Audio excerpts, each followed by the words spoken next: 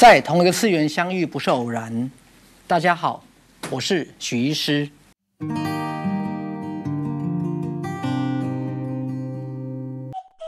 拥有超能力明明很酷，但剧集里的异能者总是被利用或追杀。父母也希望孩子不要特别，只要平凡。异能者怎么了？在赛斯心法里面，赛斯也曾经一再的提到这个概念，在每个儿童跟青少年身上，这样的异能其实多多少少都有。儿童跟青少年常常自发的是靠近心灵的。那心灵大家不要忘记，赛斯心法当中讲到我们的心灵是爱、智慧、慈悲、创造力、喜悦跟神通。好，所以在儿童跟青少年常常感觉到他内在有些能力，就仿佛异能的这些青少年们。但是我们的文化，我们的父母亲宁愿我们平凡，宁愿把我们的独特之处压下来，也不要你跟别人不一样。那尤其是在我们东方的教育体系，不要你突出，不要你与众不同，因为这是危险。我记得有一部美国电影，它也是遗传的，就是这个男孩就他在冰上面走路，冰裂开了，他掉下去，他就突然发现他有瞬间移动空间的能力，他就很高兴，一下子在这边吃午餐，等一下跑到金字塔的顶端去露营，等一下又跑到喜马拉雅山上去吹风。可是又出现另外一个团体要猎杀这一群人，因为他们觉得正常人类不应该有这个能力。所以这里我就开始觉得很有趣哈，有这些异能，或是像神盾局特工里面提到人有这些超能力，那它就是宇宙的一部分啊。为什么总是会有个剧情，就是人们要第一个利用他们，第二个要控制他们，第三个要消灭他们？我觉得这来自人类自我的 egocentric， 所以自我对于他不熟悉的东西，他都想要把它掌控或毁灭。我不知道大家记得 X-Men 这个系列的电影，好 Professor X， 其实它背后的整个逻辑也在于，突然有一群人类自动的变异为拥有超能力，他们叫所谓的 X 战警。可是最后这个世界竟然被区分成一群有超能力跟没有超能力的，然后开始对抗。可是我觉得在整个宇宙更完美的计划当中，那现在的人类难道他就是所谓的正常吗？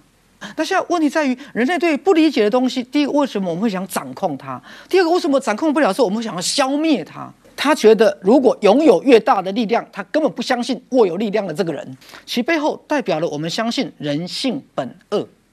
因为我记得我在神盾局特工里面看过一段话，他说这个能力就是任何人都不应该拥有。那今天他是善良的人，有一天他变邪恶呢？所以为了避免这个能力落入任何人的手中，或是避免这个科技落入任何人类的手中，它必须被毁灭。所以我们就看到一大堆愚蠢的电影，一大堆英雄或正义人士去毁灭任何的威力强大的武器，因为它似乎不该落入任何人的手中。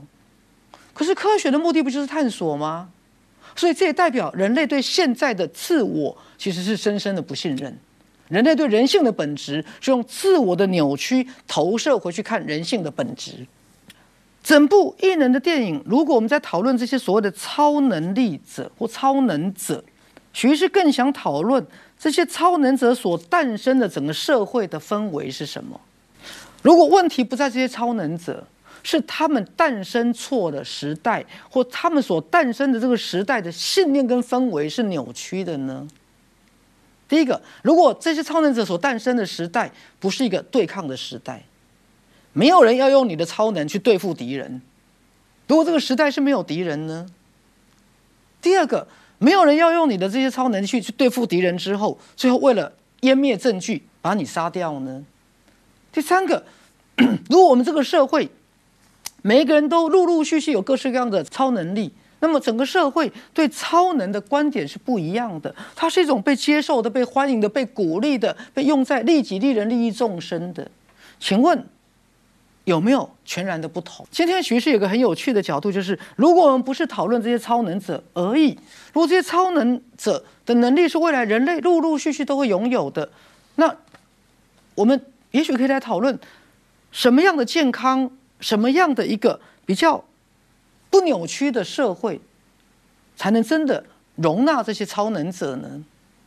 好，不管是我们刚讲的 X-Men 神盾局特工或异能，常常这些超能者是不兼容于这个社会，所以是这些社会危险，还是超能者危险？会对这些超能者来讲，这个社会是更危险的。所以为什么他的父母亲会千方百计的要他隐藏能力？来开个玩笑，如果今天许医师突然变成了凤溪，我会飘起来，有飞行能力。各位，你要不要保护许医师不会被抓去解剖？你要不要保护许医师不会被特务单位抓去抽血？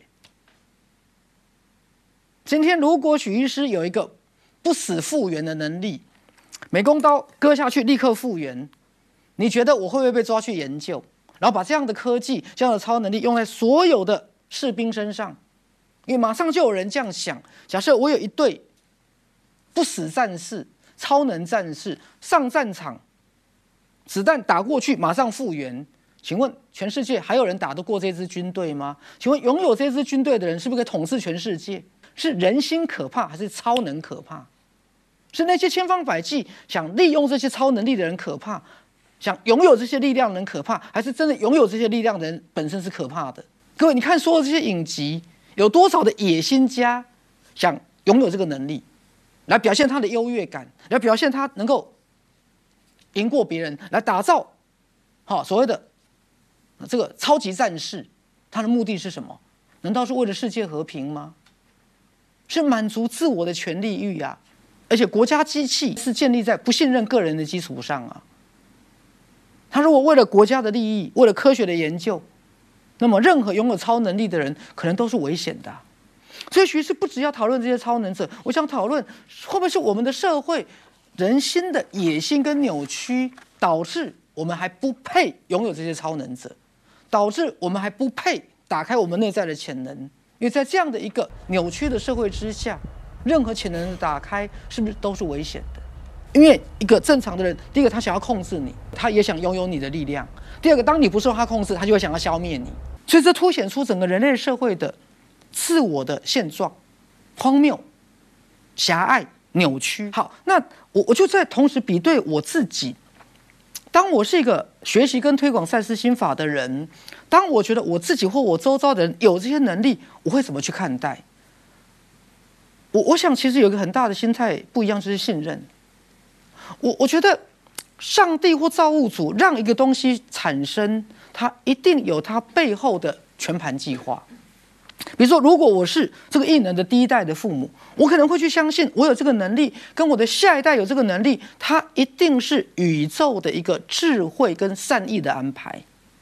我一定会相信这个能力的出现是宇宙的完美计划的一部分，因为既然发生就是最好的安排。我记得鲁伯讲过一件事，大家知道鲁伯就是赛斯书的传递者。鲁伯相信，当一个人在没有拥有超能力之前，他的内我是不会让他拥有的。所以我甚至不相信一个拥有超能力的人，他最后是变邪恶的。这里就同时代表了拥有超能力跟善良的本质其实是同时存在的。那么我为什么要带着一个危险跟恐惧的心态？所以我觉得那个东西其实并不是凸显出这些超能力的问题，是当我们在应对这些有超能力的个体的时候，我们的心态是有问题的。如果我们用的是一个健康的角度，或是一个很开阔的角度，为什么这个世界不能包容各式各类的人类呢？所以我也期待未来，像赛斯讲的2075也好，像未来人类的潜能打开，这个世界其实是可以包容各式各样我们不理解的各式各类的人类。